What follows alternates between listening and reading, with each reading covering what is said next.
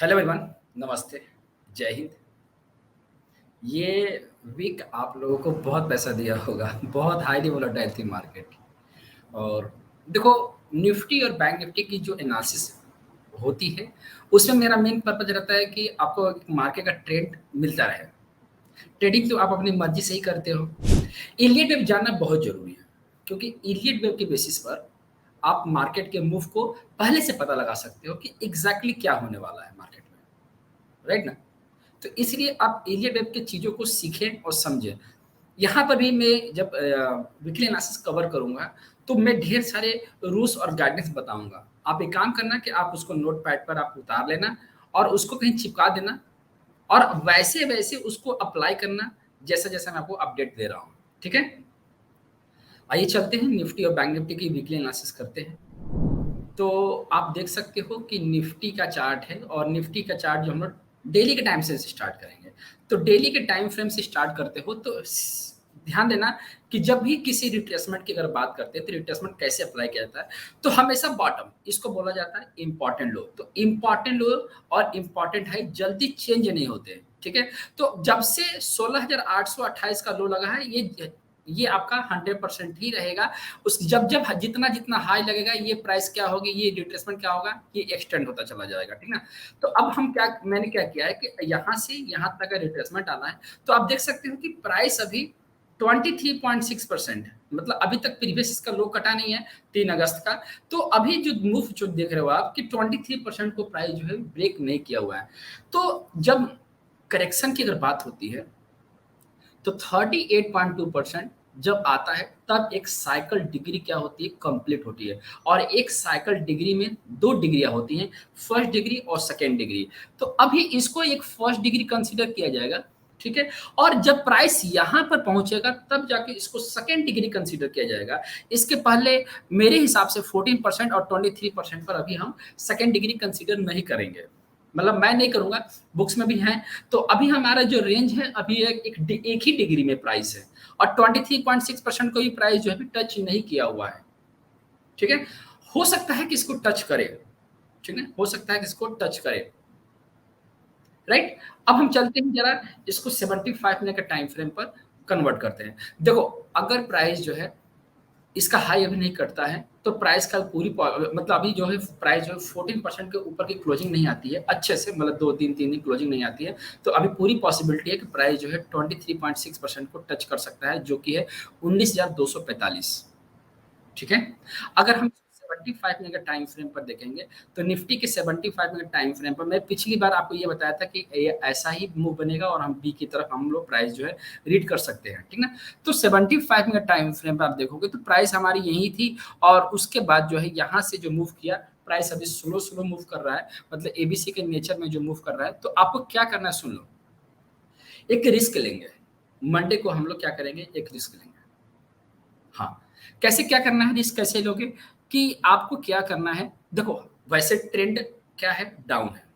Mark my word कि trend अभी down है, but according to trend setup का मतलब ये हुआ कि जब हम अगर इसकी अगर मार्किंग कर रहा हूँ कि अगर यहाँ पर ए है, तो कहीं न कहीं बी की पॉसिबिलिटी बनेगी, है ना? बी की पॉसिबिलिटी बनेगी। तो मुझे ऐसा लग रहा है कि अगर हम इस चीज़ को अगर इस पॉइंट को हम ए कंसीडर करते हैं और जो डाउन ट्रेंड में आ रहा है, अगर हम इसको बी कंसीडर कर रहे हैं, ठीक है?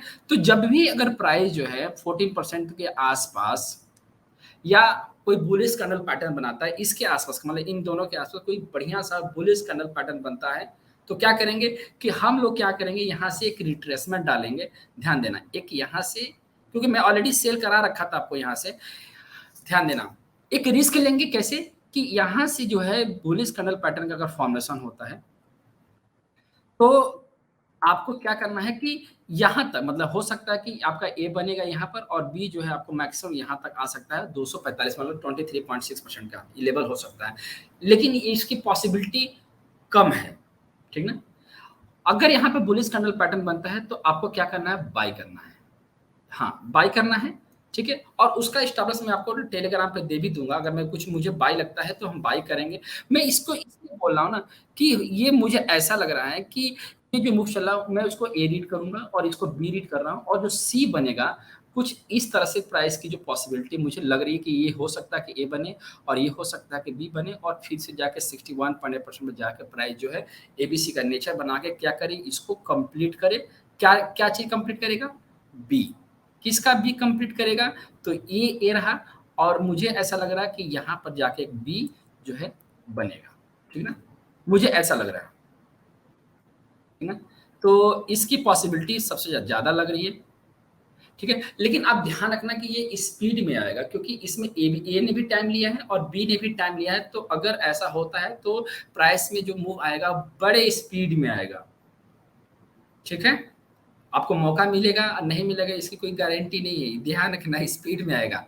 ठीक, क्योंकि क्योंकि सी में टाइम पे ए ने टाइम ले रखा है और बी ने भी टाइम ले रखा है, ठीक है। अब इसको अगर हम लोग 15 मिनट का टाइम फ्रेम पर देखते हैं और ध्यान रखना अगर प्राइस जो है कंटिन्यू 111% के नीचे क्लोजिंग देता है तो ट्रेंड आपका कंटिन्यू फिर से डाउन ट्रेंड में कन्वर्ट हो जाएगा। तो फिलहाल के लिए कंक्लूजन क्या निकला निफ्टी में कि निफ्टी में आपको एक रिस्क लेकर चलना है, आपको थोड़ा-सा मुझे लग रहा है कि आप इसको बाय करके चलना चाहिए आपको, ठीक है? और आपको एक अपसाइड में मिल सकता है मौका। लेकिन स्टॉप लॉस वही रहेगा 111% के नीचे, अगर वो स्टॉप लॉस कटता है तो आप उसको एग्ज़िट कर लेना, ठीक है? आइए बैंक निफ्टी में चलते हैं। बैंक निफ्टी भी अगर देखोगे तो इसका ट्रेंड तो बहुत पहले से ही चेंज हो चुका है, ये डिग्री में चल रहा है, मुझे ऐसा लग रहा है क्योंकि 23.6% ब्रेक कर चुका है और ये डिग्री में है। ठीक है, 23% से नीचे है तो इसकी पूरी पॉसिबिलिटी है कि डिग्री कंसीडर की जाएगी यहाँ तक के लिए, ठीक है। अब यहाँ तक के लिए कैसे प्राइस आएगा, मतलब 38.2% पैसे प्राइस जो है कैसे लीड करेगा वो मैं एक्सप्लेन करने जा रहा हूँ, ठीक है। तो ये मार्क कर लेना 38.2% फ्यूचर के लिए। तो आप इसको क्या करोगे 75 मिनट टाइम फ्रेम में देखोगे तो ये आपका मैं डाल देता हूँ यहाँ पर, यहाँ बैंक निफ्टी हो गया।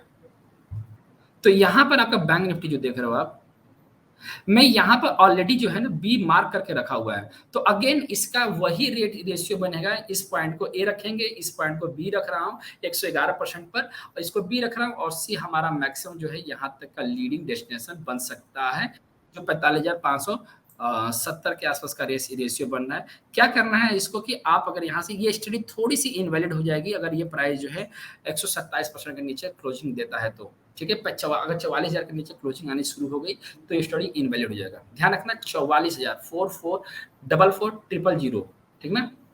तो क्योंकि 127% वहीं बनेगा तो 44,000 के नीचे अगर क्लोजिंग आती है तो मतलब ये आपका प्राइस इनवैलिड हो जाएगा। अगर नहीं होता है तो ये पॉइंट ए हो गया और ये पॉइंट बी होगा। तो इस वाले बी का ये बन चुका है, बी भी बन चुका है और सी की पॉसिबिलिटी मुझे लग रही है कि अगर 44,000 ब्रेक नहीं करता है तो ये प्राइस जो है अगेन आपको 45,500 तक का रेशियो हम लोग आने वाले टाइम पर देख सकते हैं, ठीक है, 75 में का टाइम फ्रेम पर। और जैसे ही हम इसको बी को कंप्लीट करेंगे तो हम क्या करेंगे, ये पूरा ए बन गया, ये पूरा बी बन सकता है और यहाँ पर हम लोग क्या करेंगे, सेल करेंगे सी के लिए। तो जब हम सी के लिए फाइनल लेग में जब हम सेल करेंगे ना, यहाँ पे ध्यान देना, जब हम लोग सी इस सी के लिए अब सेल करेंगे तो ये वाला सी कहाँ पर लेकर आएगा रेशियो हमारा 43,406 ये लेकर आएगा, ठीक ना। ये वाला पॉइंट हमें लेकर आएगा यहाँ तक, ठीक है ना। तो प्राइस का जो 38.2% का जो मूव है वो किस रेंज में आएगा, कैसे बन के आएगा, तो वो सी के नेचर में आएगा, ठीक ना, फ्लैट करेक्शन बनाते हुए आएगा। तो मैंने बैंक निफ्टी में क्या किया है, बैंक निफ्टी डेली का टाइम फ्रेम कवर किया है और 75 में का टाइम फ्रेम कवर किया है। मैं इसमें बैंक निफ्टी में 15 मिनट का टाइम फ्रेम कवर नहीं करूंगा क्योंकि उसमें बहुत ज़्यादा कॉम्प्लेक्सिटी है। तो मैं आपको यही बता रहा हूँ कि 75 का टाइम फ्रेम पर और आपको डेली के टाइम फ्रेम पर थोड़ा-सा ट्रेंड चेंज होता हुआ दिख रहा है मुझे, ठीक है। आई होप कि आपको ये वीडियो समझ में आ गई होगी और जो भी लेवल्स और गाइडलाइंस है मैंने आपको इसमें एक्सप्लेन कर दिया। कुछ समझ में नहीं आया तो आप मुझे कमेंट करके ज़रूर बताना, मैं कोशिश करूँगा उसको एक्सप्लेन करने का, ठीक है। मिलते हैं अगली वीडियो में, अपना ख्याल रखिएगा। जय हिंद, नमस्ते।